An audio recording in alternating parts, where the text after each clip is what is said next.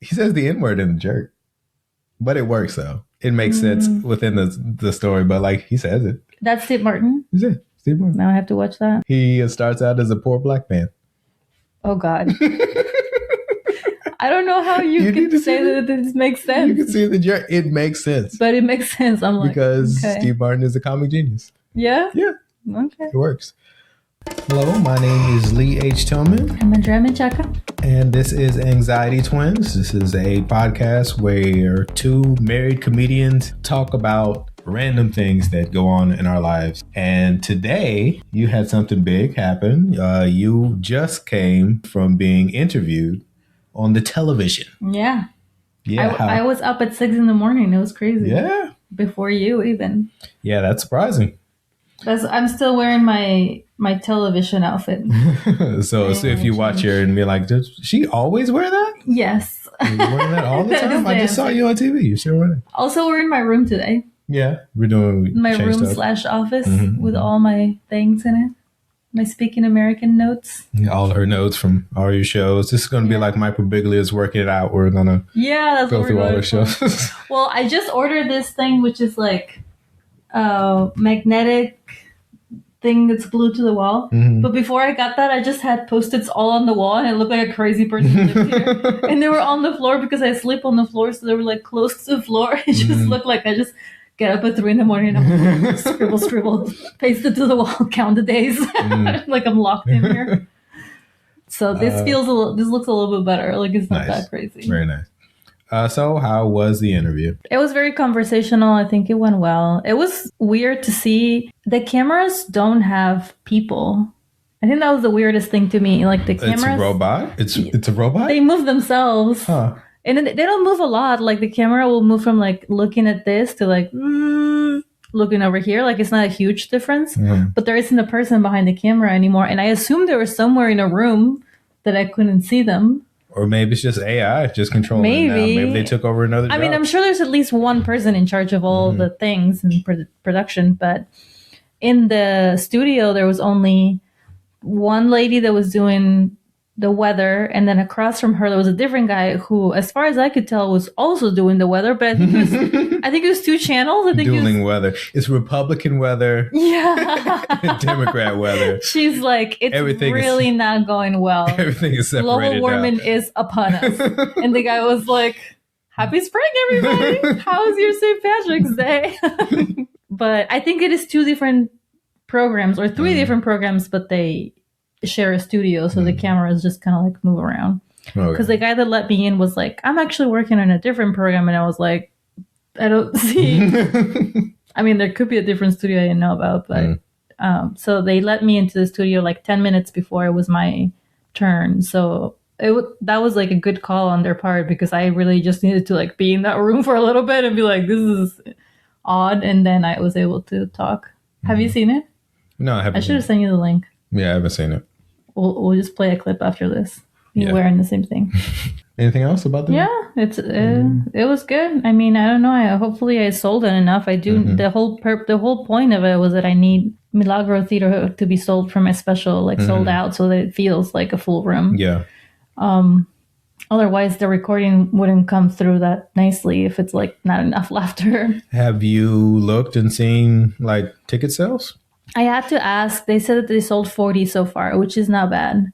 I think that's about half. How many does it holds? About 80? It seats 120, but we're also adding 2 rows in the front that are closer to me because Randall, the videographer, shout out to Randall, who knows everything about how it's gonna. He's shot a lot of comedy things.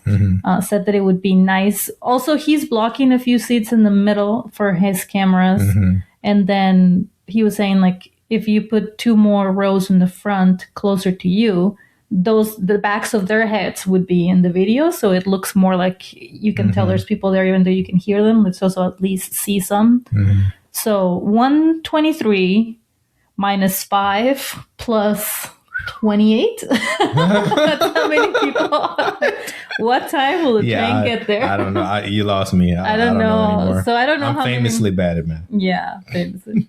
150 maybe you can fit now that we have extra seats. But it's 40 sold out so far, and it's Wednesday. So I'm hoping like a lot of last minute people come. Maybe a lot of people saw me in the news and they were like, she seems cool. One thing I should have said in the news, which I didn't say, was the price of the tickets because they're only $5. I feel like that might get people interested, but I forgot. I didn't think about that.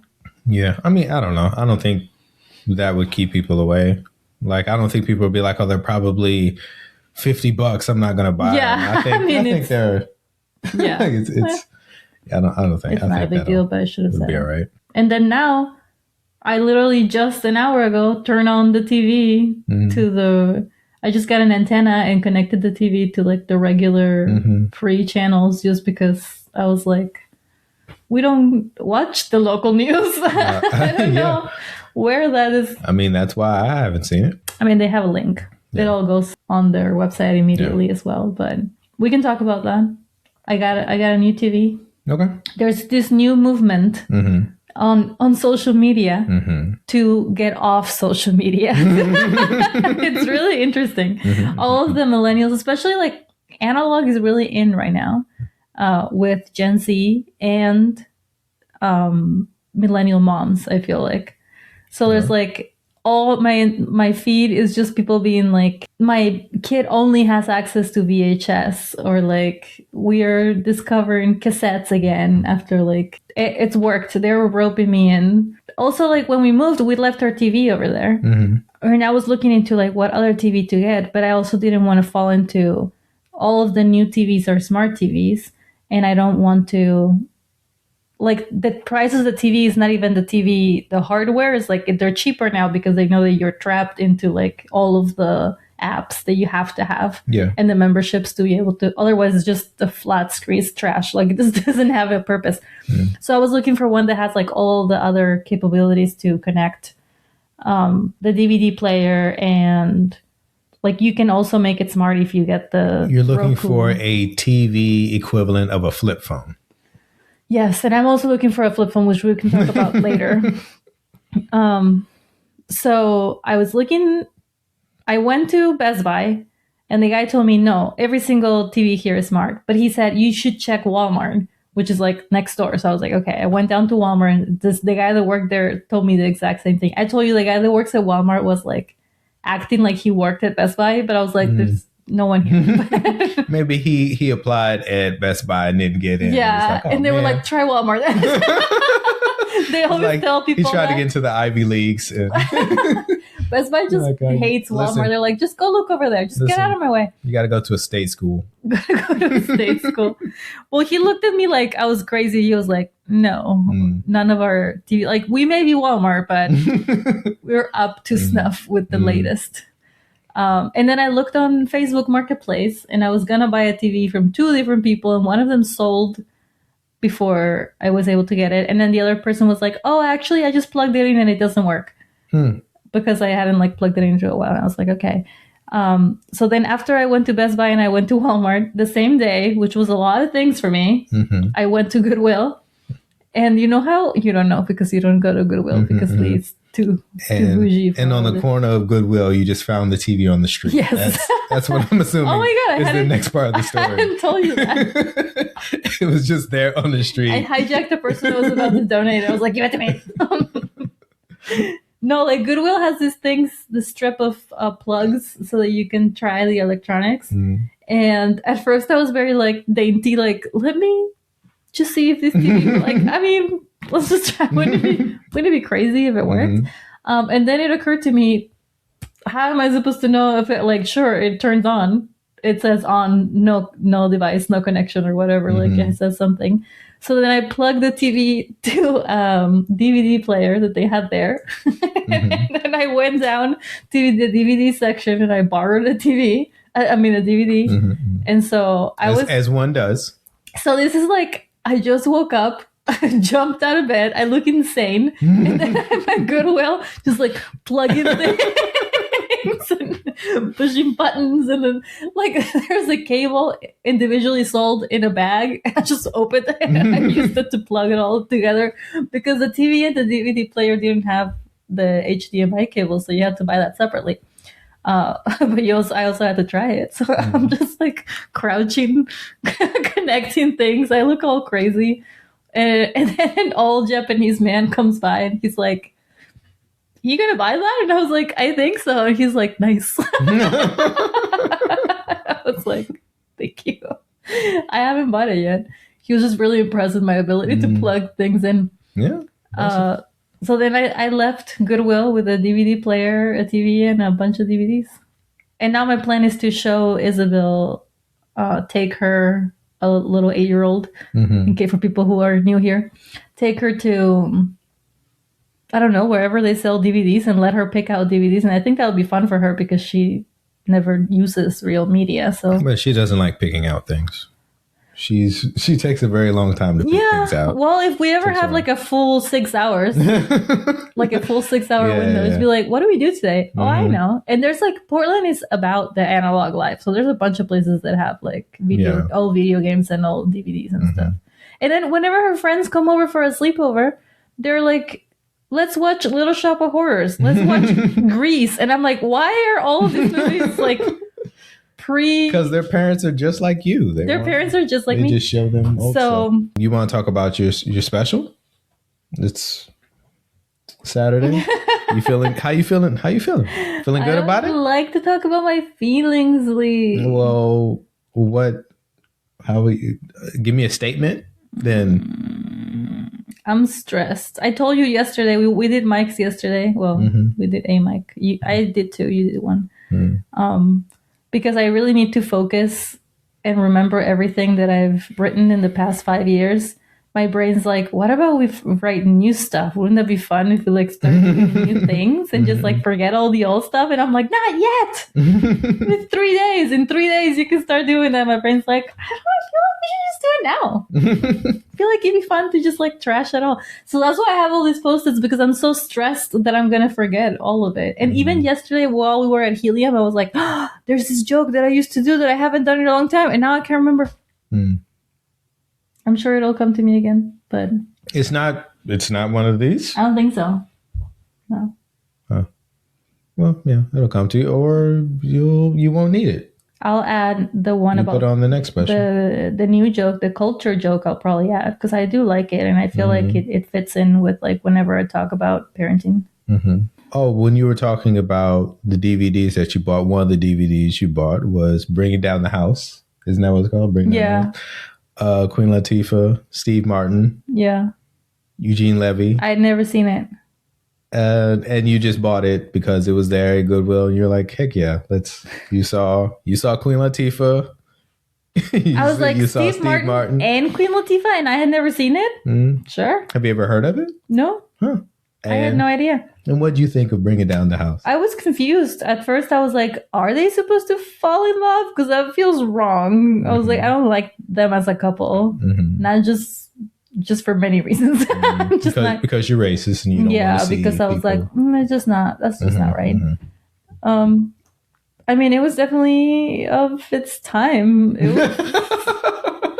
was weird. There's a lot of stuff that wouldn't fly now. Like what? Like all of you missed the part when I think it was Betty White.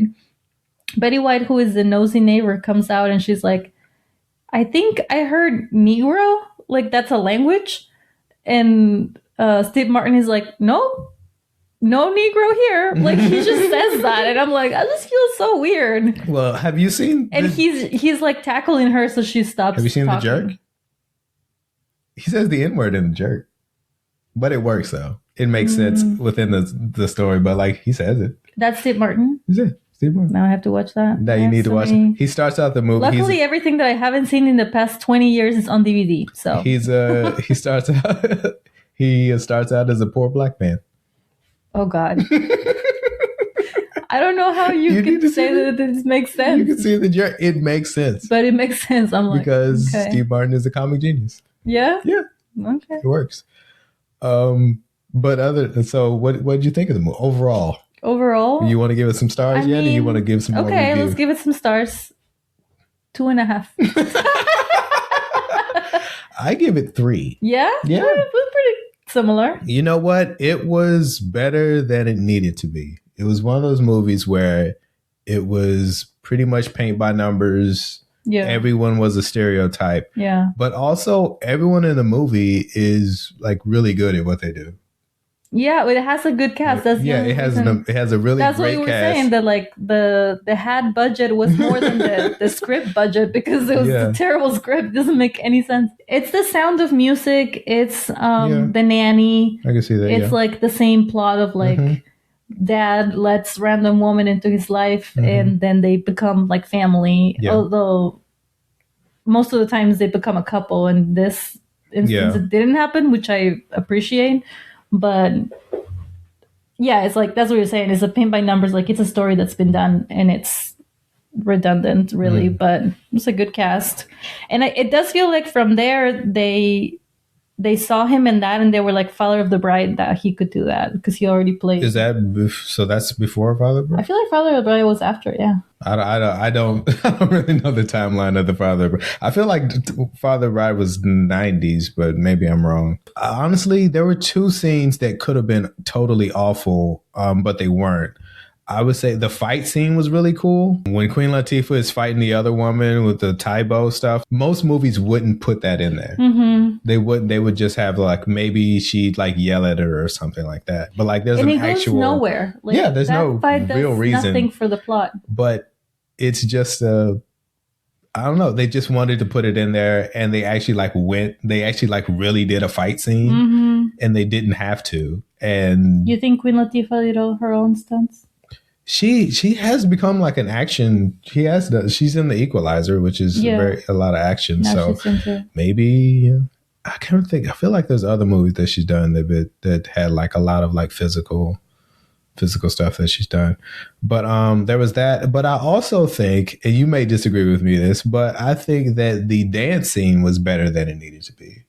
It wasn't like it was amazing, but it was like more realistic. Like Steve Martin's. He was actually like, he's, I don't know, in his 50s at that point. He's like really like dancing, but not like so over the top where it's like, okay, that's not him dancing. It looked like a 50-year-old man dancing, but it was like, it wasn't awful. I don't not disagree with you. I just thought it was fine. Yeah, it was, but in another movie, that would have been like the goofiest thing in the world. Yeah. It just like, if it had been in another movie, it would have just been like unwatchable, because Steve Martin is Steve Martin. He like put that extra like work into it to like actually make it look like it was something that could actually happen, even though obviously it never would.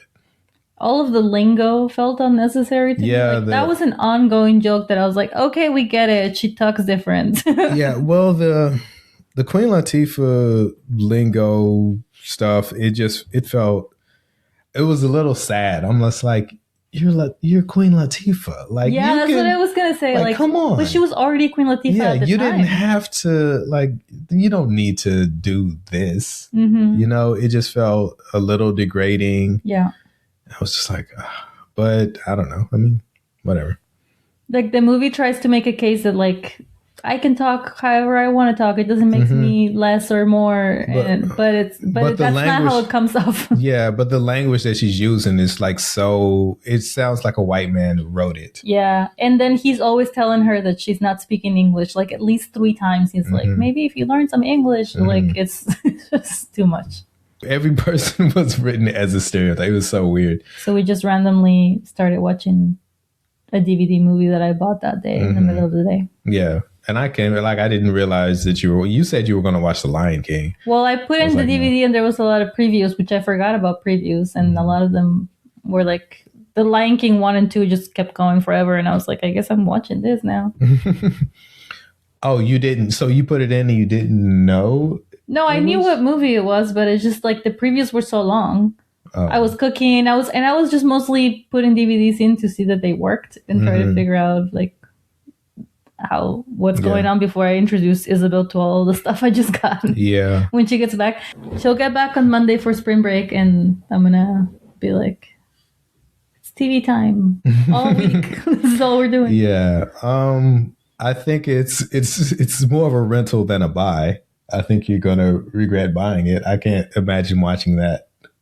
Oh, you're gonna watch it? I thought you meant the whole thing. Yeah, the movie. I can't imagine you watching that over and over again. I probably won't. Okay. So, the other movie that we watched was Everything Everywhere All at Once. Yeah. That was the last movie that we watched. Came out 2022. You had never seen it. I believe it was nominated for an Oscar.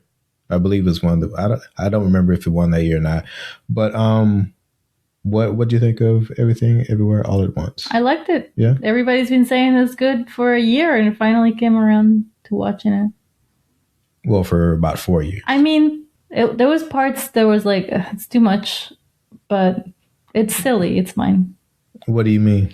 The sausage fingers were funny at first, but then I was like, okay, we don't have to keep going back to this reality. But then they went back to the reality and it was serious. Like it was... Yeah, like they're in a relationship. They're in a relationship and it's real and they just happen to have sausage, hot dog fingers. And that I'm okay with. But like in between introducing sausage fingers and the series, there's like 4 other ones but she's just like struggling just for the fun of it, and I'm like, that's the part that I'm like, I'm good on this.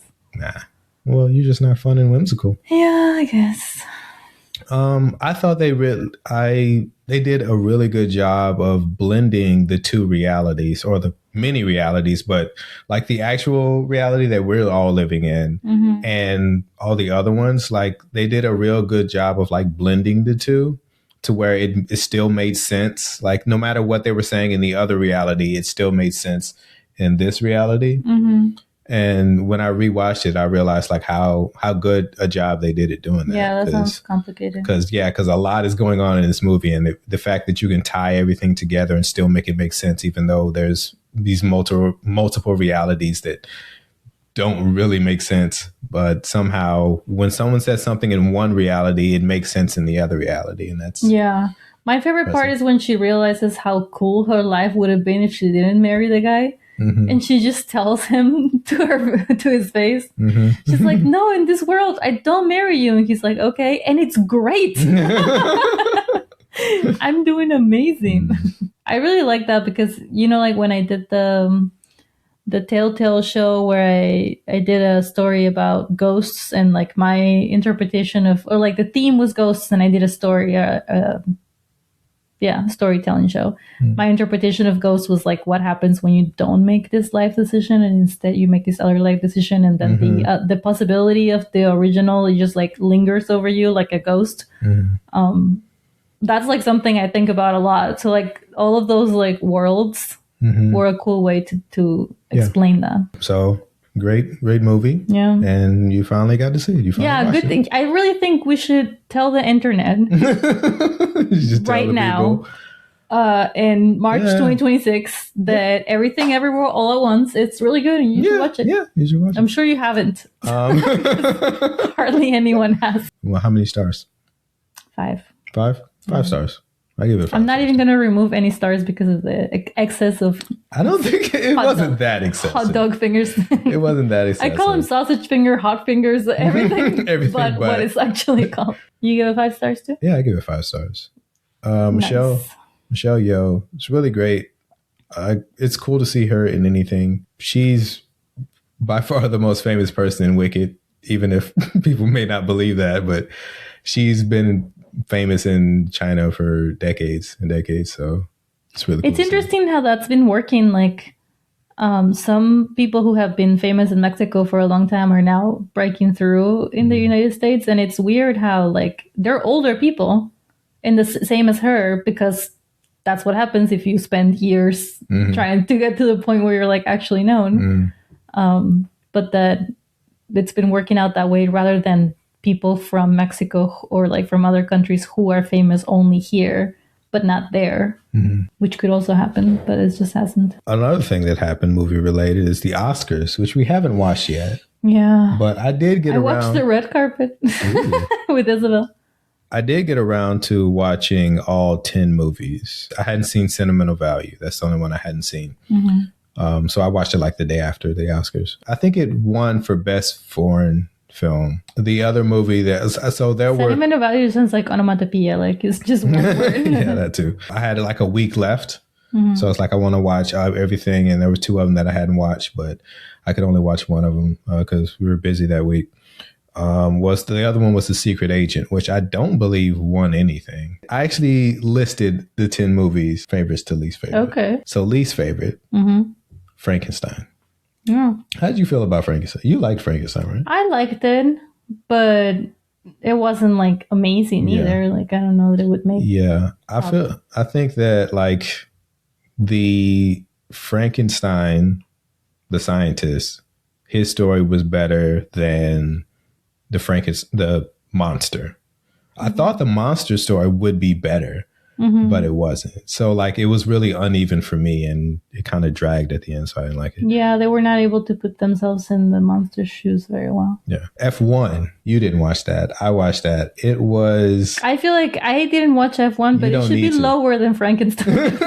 I don't know why that's higher. Because the reason why is because... Brad Pitt is dreamy? Yes. Because it looks cool.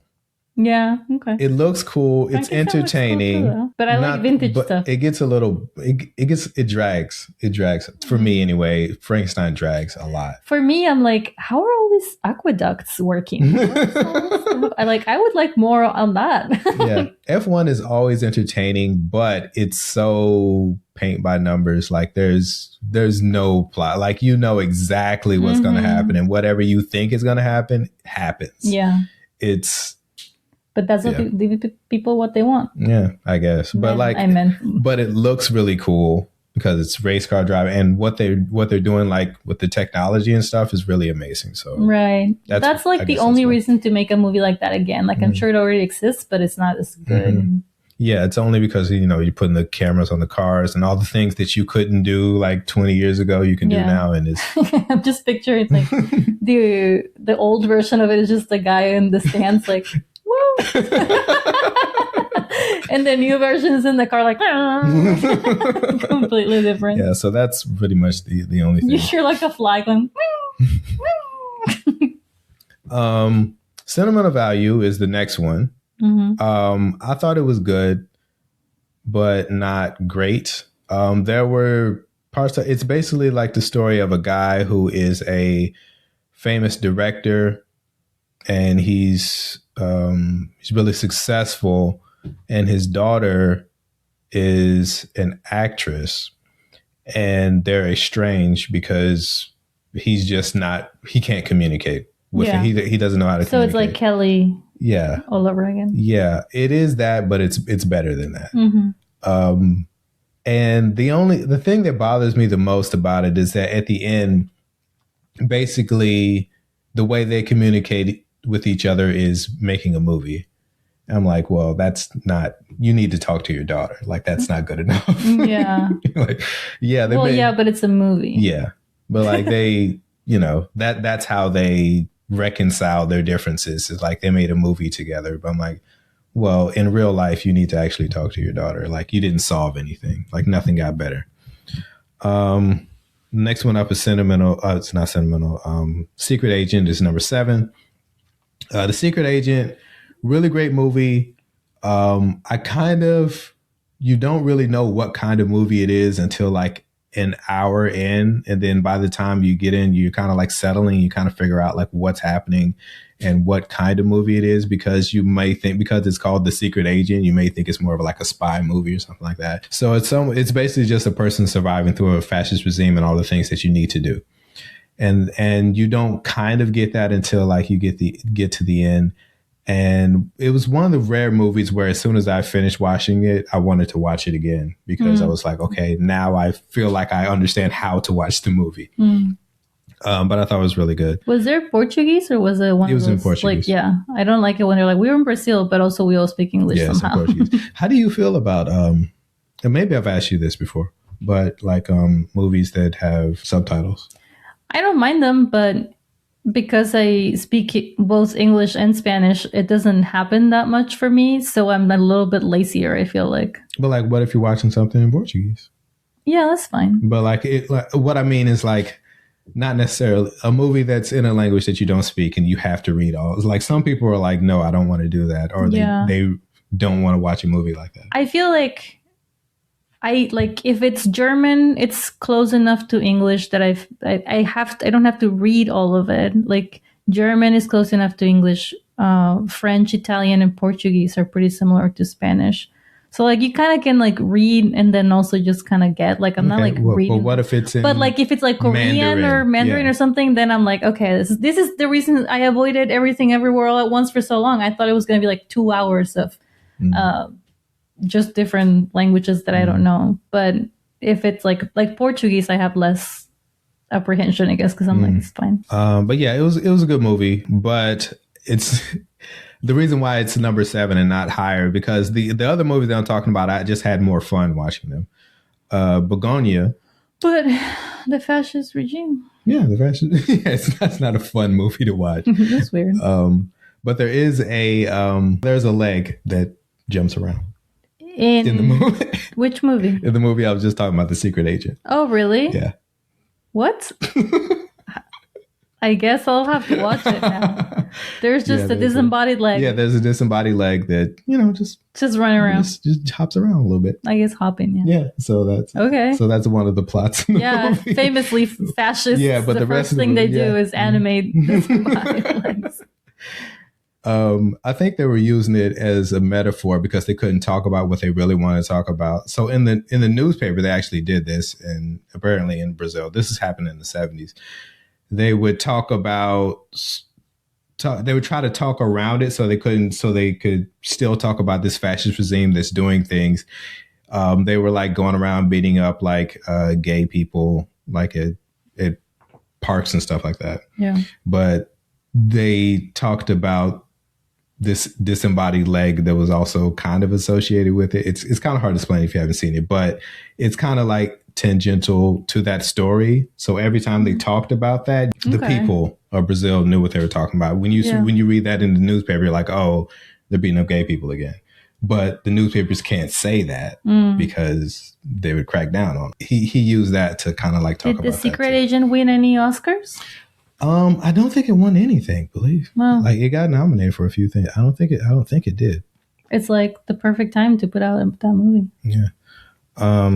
Begonia, I liked it. I don't think it's their best movie together, but it is good. I thought it was cool. Number 5, Marty Supreme. We already talked about that. Should be lower. Lower? Yeah. Wow. You liked it more than I did. It's fine. I'm talking about of the 10 movies, so maybe. I guess somebody's gotta be 5. Yeah, Marty Supreme. I liked the whole movie. It's just the ending I felt was just they were trying to trick me into thinking that something was happening that wasn't happening. But the actual ending, like within the world of the movie, I actually do think was I thought it was really good. All the children like crying, and then this kid is just completely silent and he's looking at his dad like, what's wrong with you? Like what? That baby was doing some great acting at the end. Yeah, so best newborn. Yeah, a lot of people didn't like the movie just because I think they just don't like the character of Marty Supreme. Like they just found him a little too much, so they didn't like it. Yeah. And I think like that's the reason why people are kind of turning on Timothy Chalamet, because when he was doing all that year, we didn't realize that he was just being Marty. Yeah, he was doing like that's the reason why he was acting that way is because he was Marty. He hasn't, like the years before, he didn't do any stuff like that, and since then he hasn't done that. He hasn't? No. I thought he just... Well, the opera thing, I guess. Yeah, I was just about to say. Yeah, there is the opera thing. He just said something about he doesn't want to be in ballet or opera or theater or any like dying industry. So I don't know. I mean, he's not wrong, but also like don't say shit like that. Yeah. And I don't think dying is the right word. Like, it's not making as much money as Fast and Furious or whatever. Like something that's just more critically, not critically acclaimed, but just has more. What's the word? More people, more popular appeal. Yeah, it's more popular. It makes more money, but like it's not dying. Like ballet, classical music, they've existed for hundreds of years and they will continue to exist. Yeah. But you have a hard time making money at that. Like I like to listen to the classical radio station and they're always asking for money. Like, the whole time. They'll play a song and they'll be like, okay, our fundraiser continues. to keep us afloat. Well, maybe they only do that once a year, and you just happen to be. I think it is like the fundraiser was like this week. Yeah. Some people are counting Timothy out, but I'm like, I mean, he'll be fine.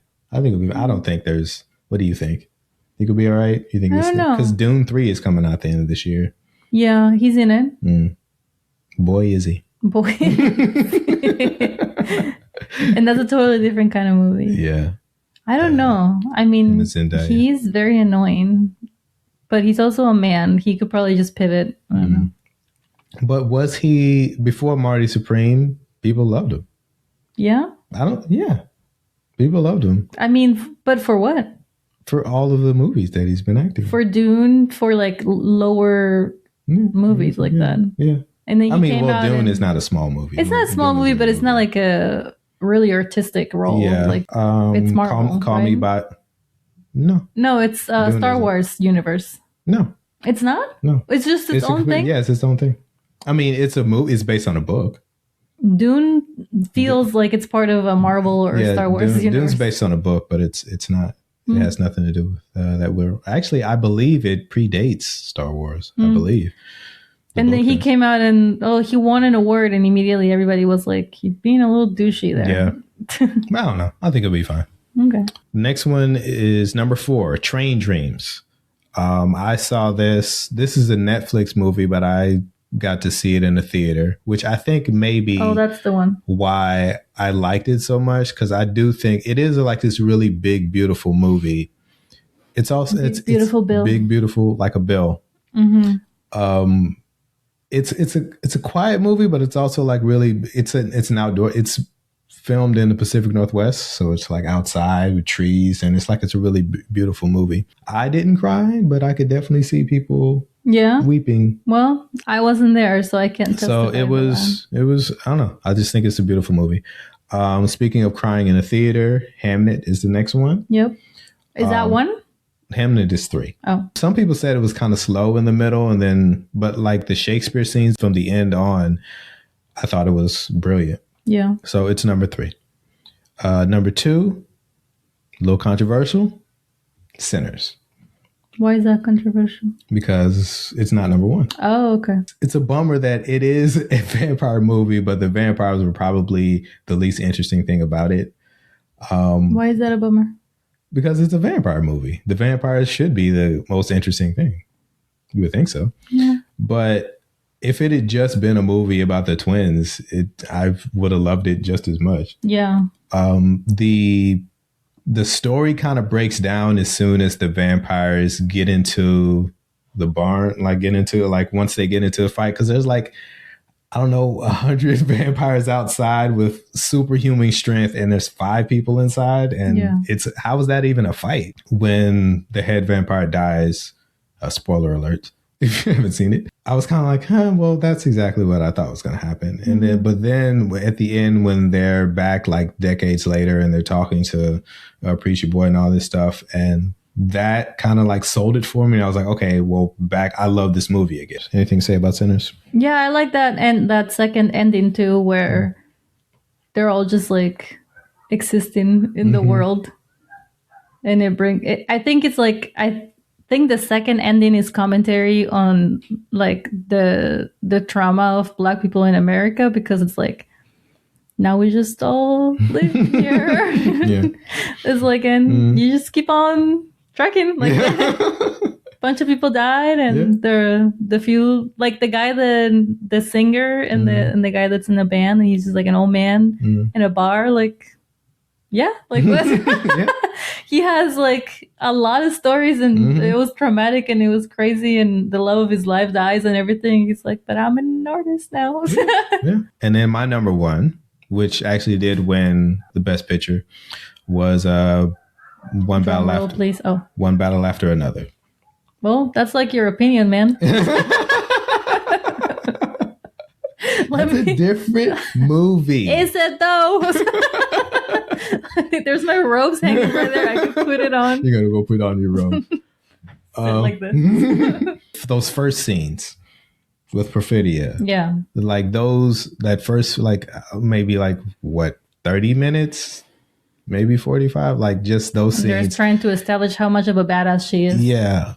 It's hard to watch. But when I sit back and I think about, okay, what would I take out? What would I change? What would I make different? The movie doesn't fit the same way. If she's different in any other way, I can't figure out how to make the rest of the movie make sense. Mm-hmm. So, but the biggest complaint mostly comes from Black women who are feeling like she didn't get, you never really figure out like why she's doing what she's doing. You never find her inner life. You don't find out more about why she's making the decisions that she's making. And she's a very complicated, polarizing person. And you don't find out, like you don't get any more information from her. And a lot of people are upset. Yeah, when they first have the baby and they're living at home with some of her family, it seems like it's her mom and grandma or sister or something. I don't remember. Yeah. It was like two other women that are family. That's when you think like, oh, more information about her is about to transpire, but not a lot. Yeah. They're just like, that's just how she is, man. Yeah. I get it. I completely agree. But at the same time, like I don't know how, if you write it another way, then it just becomes her movie, and it's not her movie. It's about basically like white fragility is what the movie is about. Like it's That's about. What I was going to ask you. What do you think the main theme? I think the main theme is that it's just like this white guy who he has the luxury of being able to sit on his couch and smoke weed for all these years and not really be a part of the revolution, while everyone else around him is like living and dying for this. And he has the ability to, and I believe this is Paul Thomas Anderson, the director and writer. This is how he feels like he feels like he has luxury to be able to do this. So I feel like that he's telling his story. And I just think that's what the movie is about. And if it had focused more on her or told more information, it wouldn't be the same movie. Yeah. And it's just kind of hard to watch, because when you watch the rest, like once that is ending and the rest of it I think it's damn near perfect from then on. So it's kind of hard to watch like an hour and a half of, you throw away a movie because you don't like the very first part, but like the rest of the hour and a half is damn near perfect.